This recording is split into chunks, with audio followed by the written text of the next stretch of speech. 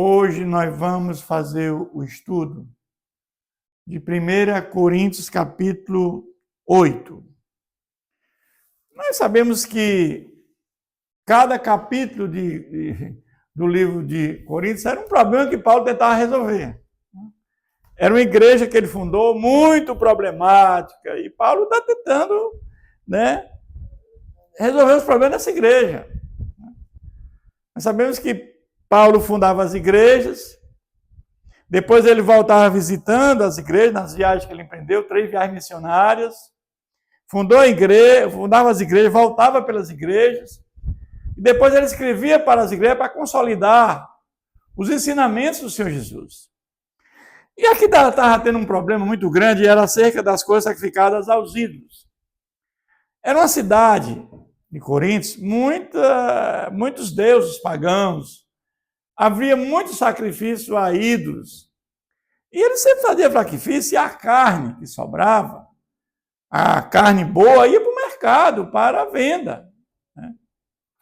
E o fato é que havia um problema muito grande, porque nós sabemos que tem os crentes fortes e os crentes fracos. Por exemplo, se você chegasse no mercado, comprasse a carne, sem saber a origem daquela carne, não tem problema nenhum. Mas se você chega no mercado e a pessoa dessa carne é sacrificada a ídolo, você não compra. Agora, o fato é que tinha pessoas que, por saber que tinha a carne indo ao mercado, não comia a carne. Vamos ver o que é que Paulo diz nesse capítulo aqui, irmãos.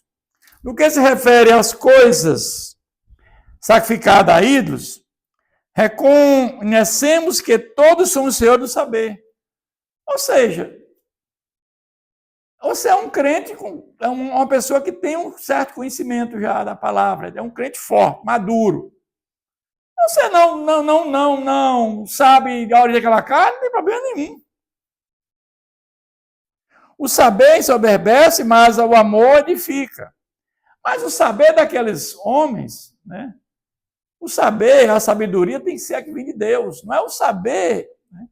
Porque na igreja de Corinto tinha muitos pessoas com grande sabedoria, de filosofia, falavam bem. Mas esse saber, de nada adianta, não tinha valor nenhum. Mas Paulo está dizendo que o que edifica é o amor. Ele vai dizer mais na frente que o amor é maior que tudo. Ele vai dizer que o amor é maior do que a fé e do que a esperança. Por que Paulo fala isso? Por que o amor é maior do que a fé? Se a fé é que nos leva à salvação. Porque a fé, em determinado momento, ela vai cessar. E a esperança também. No dia que Jesus voltar pela segunda vez, lá na eternidade, vai ter fé? Não. Vai ter esperança? Não. Mas o amor vai continuar? Vai. Vamos continuar amando a família de Deus lá. Vamos continuar amando o nosso Deus, porque Deus é amor e o amor nunca morre. Por isso que ele disse que o amor é quem nos edifica. Se alguém julga saber alguma coisa, com efeito, não aprendeu ainda como convém saber. Mas se alguém ama a Deus, esse é conhecido por ele. Quando nós somos convertidos verdadeiramente, quando nós recebemos o Espírito de Deus, fomos batizados com o Espírito Santo, quando nós temos conhecimento que vem do alto, e quando fazemos parte da família de Deus, e nós amamos a Deus, nós somos conhecidos por Ele. Porque Deus conhece os seus filhos, Ele tem prazer com os seus filhos. Ele tem prazer, Ele como nosso Pai adotivo, Ele quer o melhor para cada um de nós, Ele nos ama. Ele nos conhece. Agora ele vai dizer, no tocante à comida sacrificada a ídolos, sabemos que o ídolo de si mesmo nada é no mundo, e que não há senão só Deus. Existia lá na cidade de Coríntios muitos deuses. Era interessante que cada casa tinha tipo uma estátuazinha, um deus. E as pessoas cuidavam desses deuses. Pintava, cuidava, botava flores. Ou seja, mas nós sabemos que só há um único Deus, que é o Deus criador de todas as coisas que está no universo.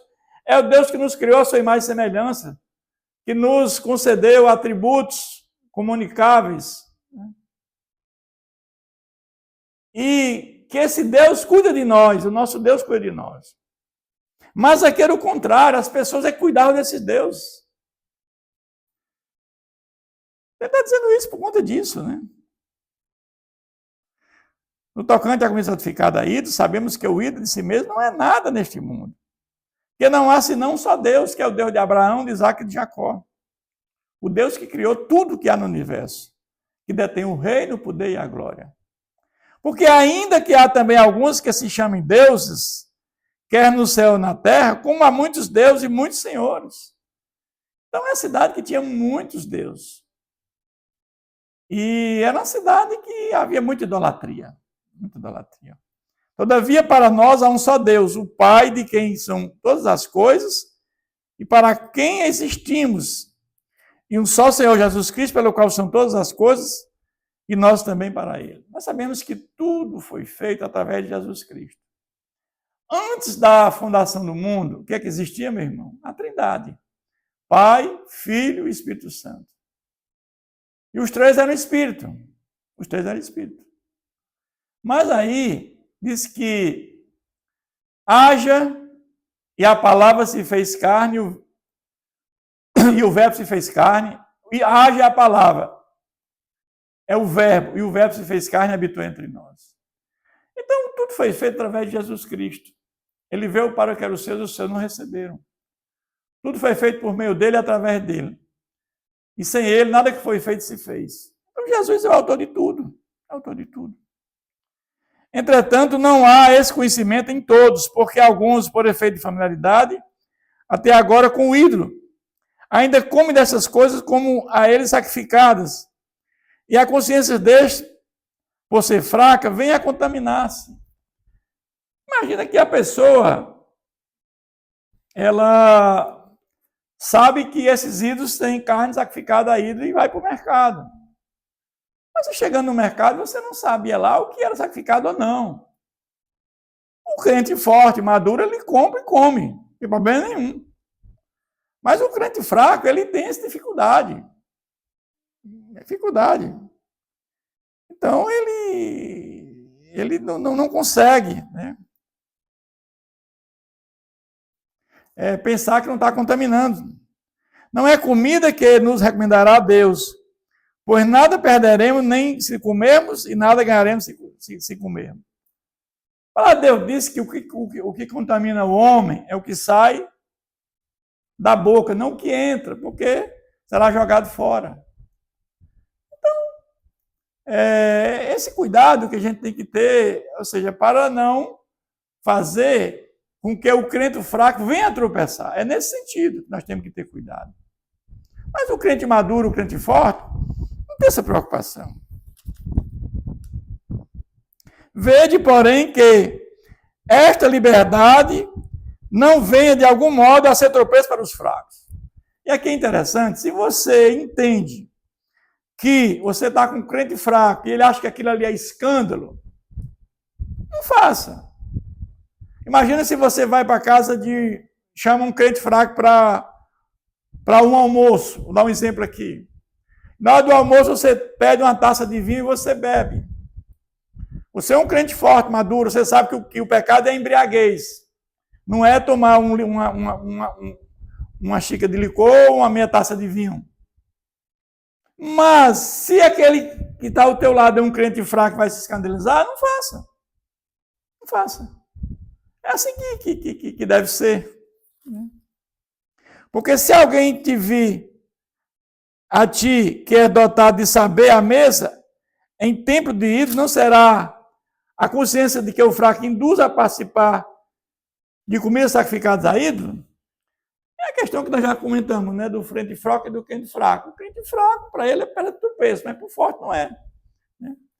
E assim, por causa do teu saber, parece o irmão fraco pelo qual Cristo morreu.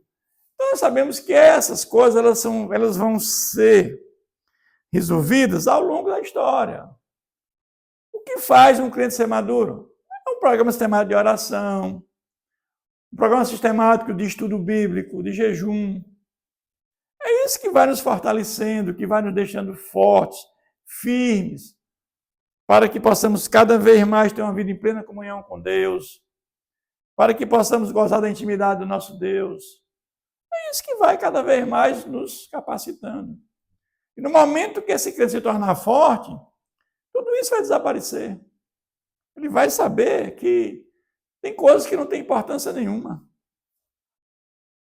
E assim, por causa do teu saber, parece o irmão fraco, pelo qual Cristo morreu. Ele morreu por todos nós. Pelo fraco, por gentil, por judeus. E aqui tem uma coisa interessante. Como é que o gentil se salva? Pela fé em Jesus Cristo. Como é que o judeu se salva? Pela fé em Jesus. Da mesma maneira que o judeu se salva, também se salva o gentil. Então não há distinção entre judeus e gentios. Essa ideia que Jesus vai vir para a terra, morar na terra 1000 anos, para que os judeus venham a reconhecer que ele é o Messias, é uma coisa totalmente sem fundamentação bíblica. Jesus disse lá para Pilatos, o meu reino não é deste mundo. Jesus já fez o que tinha que fazer aqui, irmãos.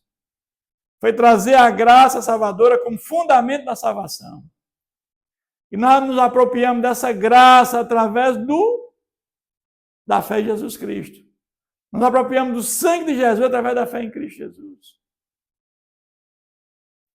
E deste modo, pecando contra os irmãos, golpeando-lhe a consciência fraca, é contra Cristo que pecais. Ou seja, se você tem um irmão fraco na fé, um irmão com debilidades, você é forte e você não olha para o irmão, você sabe que aquele crente, você está fazendo alguma coisa que não tem problema nenhum, mas para aquele crente é um escândalo, é contra Cristo que nós estamos pecando.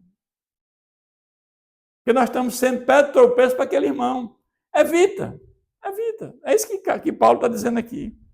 Ele conclui dizendo, e por isso, se a comida serve de escândalo a meu irmão, nunca mais comerei carne para que não venha a escandalizá-lo. Ou seja, ele está dizendo o seguinte, olha, se para o irmão, certo? É escândalo comer carne. Imagina que é uma carne que lá do mercado, que ela foi oferecida aí, você não sabe qual é daquelas que foi oferecido.